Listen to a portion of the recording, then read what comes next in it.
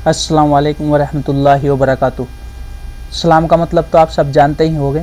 अगर आप नहीं जानते, जो नहीं जानते मैं उनको बता देता हूँ। सलाम का मतलब हो आप हमेशा सलामत रहे, आप पे ऊपर वाले की मेहर हो और आपके काम में हमेशा बरकत हो, यही सलाम का मतलब है।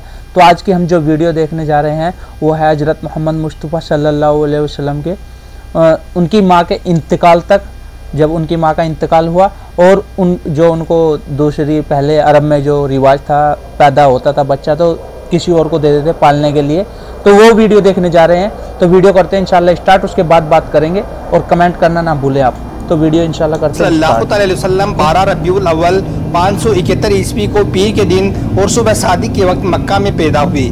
आपके पैदा होते ही आपके दादा अब्दुल मुत्तलिब आपको गोद में उठाकर काबा शरीफ में ले गई, आपके लिए दुआएं की और आपका नाम रखा मोहम्मद। पोते की पैदाइश की खुशी में आपके दादा ने 7वें दिन अपने कबीले के लोगों की दावत की। लोगों ने आपके दादा से पूछा कि आपने इनका नाम मोहम्मद क्यों रखा है, तो आपके दादा ने जवाब दिया कि मैं चाहता हूं कि मेरे पोते पर इस नाम का असर पड़े और मेरा पोता तारीफ और तौसीफ हासिल करे। और आपकी वालिदा सैयदा आमिना ने आपका नाम अहमद रखा। दोस्तों, पैगंबर हजरत मोहम्मद मुस्तफ़ा सल्लल्लाहु अलैहि वसल्लम जब पैदा हुए तो आप खत्माशुदा थी और आप सल्लल्लाहु अलैहि वसल्लम की नाक भी कटी हुई थी और आपकी आंखों में सुरमा भी लगा हुआ था और आपका तमाम बदन पाकीज़ा था। जब आपके दादा अब्दुल मुत्तलिब ने अपने पोते को खत्नाशुदा और नाक कटा हुआ पाया तो वो बहुत ज्यादा खुश हुए और फरमाया कि मेरा ये बेटा बड़ी निराली और बड़ी शान वाला होगा। और यही नहीं, जब आप सल्लल्लाहु अलैहि वसल्लम पैदा हुए तो आपकी मुट्ठी मुबारक भी बंद थी, मगर शहादत वाली अंगुली आसमान की तरफ उठी हुई थी और ऐसा लग रहा था जैसे खुदा की वाहिदियत का इकरार कर रहे हैं। दोस्तों, जब हजरत मोहम्मद सल्लल्लाहु अलैहि वसल्लम पैदा हुए तो उस वक्त अरब में यह रिवाज हुआ करता था कि शहर के बड़े लोग अपने बच्चों को दूध पिलवाने के लिए और पलने बढ़ने के लिए देहातों में भेज दिया करते थे, ताकि गांव देहात की खुली हवा में रहकर उनका बच्चा खूब सेहतमंद बने। क्योंकि दोस्तों, उस जमाने में गांव देहात का मौसम शहरों के मुकाबले ज्यादा साफ सुथरा और ज्यादा अच्छा हुआ करता था। इसी वजह से गांव देहात में पले बच्चे ज्यादा सेहतमंद और मोटे ताजे हुआ करते थे। दोस्तों, इसी रिवाज के मुताबिक पैगंबर हजरत मोहम्मद सल्लल्लाहु अलैहि वसल्लम को भी मक्का से दूर ताइफ के करीब एक इलाका है जिसको बनी साद कबीला कहा जाता है, वहाँ ले जाया गया और एक दाई को सौंप दिया गया जिसका नाम दाई हलीमा था और वो बनी साद कबीले से थी, इसलिए उनको हलीमा सादिया भी कहा जाता है, दाई हलीमा। दोस्तों, इसके दो बड़े मकसद तारीख की किताबों में लिखे गए हैं। पहला मकसद तो ये था कि उस वक्त लोग शहर की आबो हवा से हटकर देहात की अच्छी और ताज़ा हवा में अपने बच्चों को भेजते थे ताकि वो अच्छे सेहतमंद हो जाएं, और इसी के साथ दूसरा मकसद ये था कि वो उनके साथ रहकर अच्छी तरह से अरबी जबान भी सीख सकें। इन दोनों मकसद के लिए शहर के लोग अपने बच्चों को पलने बढ़ने के लिए गाँव देहातों में भेजा करते थे।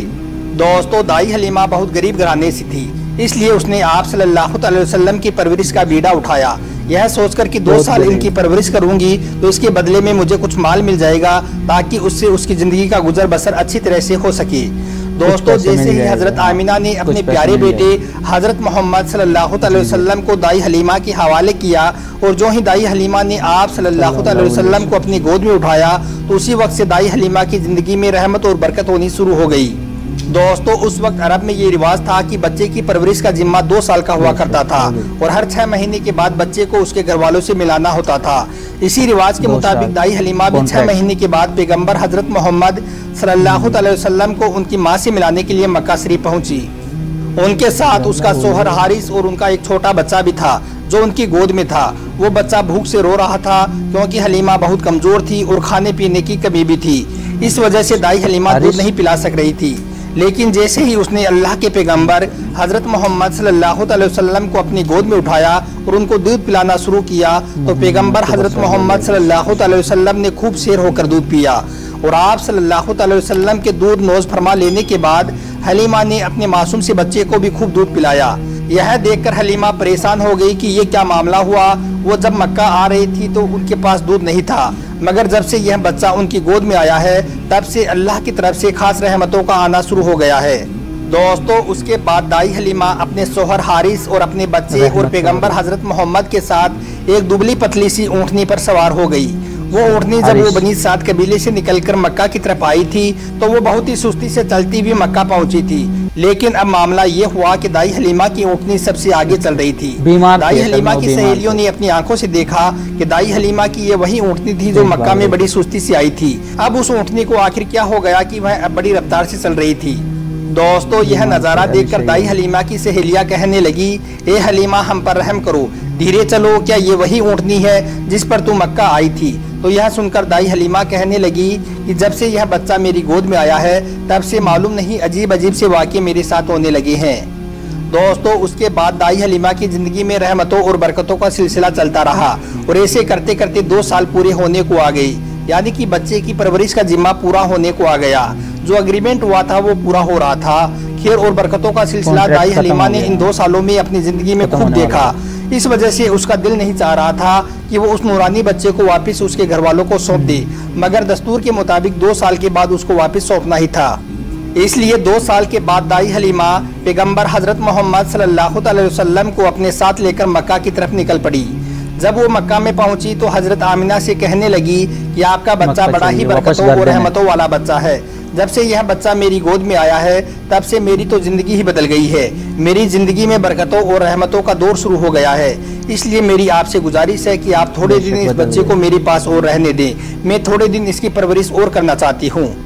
तो यह सुनकर हजरत आमिना ने पहले तो इनकार कर दिया, मगर दाई हलीमा के बार बार इसरार करने पर हजरत आमिना तैयार हो गई और कहने लगी कि थोड़े दिन अपने पास और रख लो, फिर वापस आकर मुझे दे जाना।